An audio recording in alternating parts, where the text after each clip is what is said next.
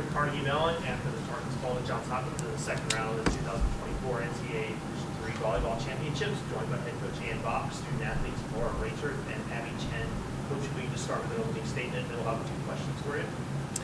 Yeah, just told the team in the locker room it was a really great season, a fun group to work with. We had a fun practice gym. These 2 were wonderful leaders.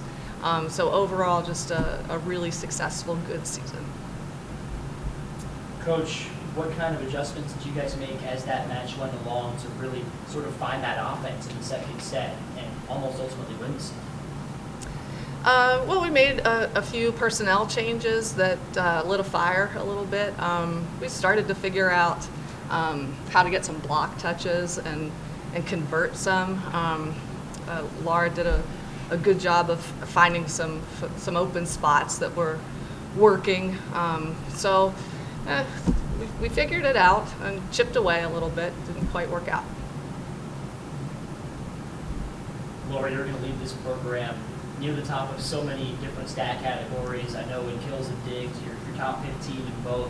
When you look back, though, what are you going to remember most about this year's team and the experience that you had as a Carnegie Mellon player? Well, I definitely really loved this year's team. I think they're a very resilient group. I think we went through a lot of ups and downs this season, and the team was always such a constant, and morale was always really high no matter what we were facing. I mean, we're in a tough conference, we have a tough schedule, we play these hard games, we win as a team, we lose as a team, we challenge each other to be better athletes, but we also challenge each other to be better people. And I think that's the thing I'll miss most, just having that group of people to go to every day and see. Abby, what do you hope the rest of your teammates who will be wearing the uniform next season take from this experience and move forward with? I think everyone will take a lot of resiliency. I mean, everyone's already so strong, but I think everyone's gotten even stronger. I think the bond is a lot better after this season, especially in the spring season. They'll all be working together so much more, and I just think they're going to come back way better and do really well next year.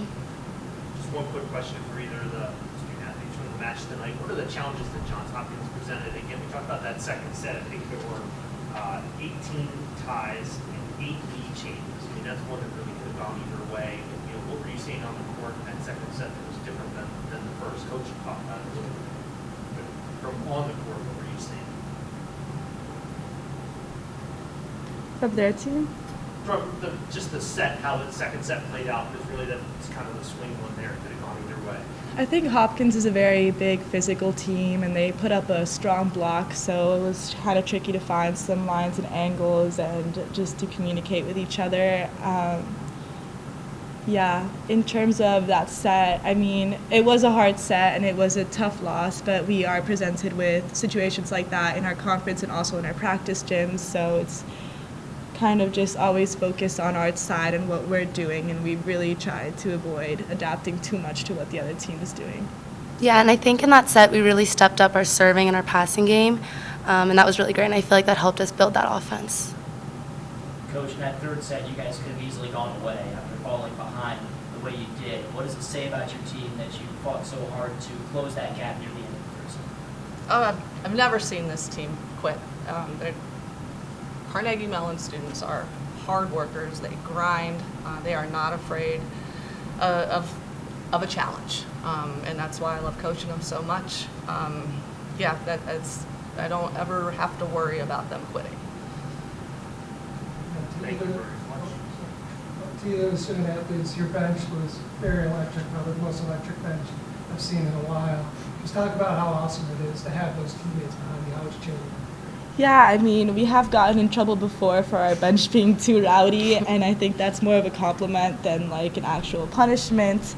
This is a smaller team. We have a lot of personal relationships with everyone there, so we're always cheering each other on, and there's a lot of trust. And like I said, it's a very bonded group because we've been through so many ups and downs this season, and obviously everyone's always happy for everyone, and we have such a competitive gym, and the energy is always super high, and that obviously feeds into how we're playing on the court. That energy gets transferred in, and it goes to the not quitting and not backing down, because you don't want to let down your teammates or the person next to you or the person on the bench.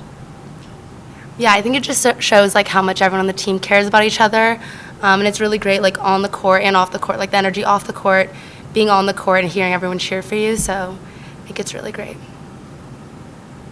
Thank you very much. Congratulations on a great season. Thank Thank you. you.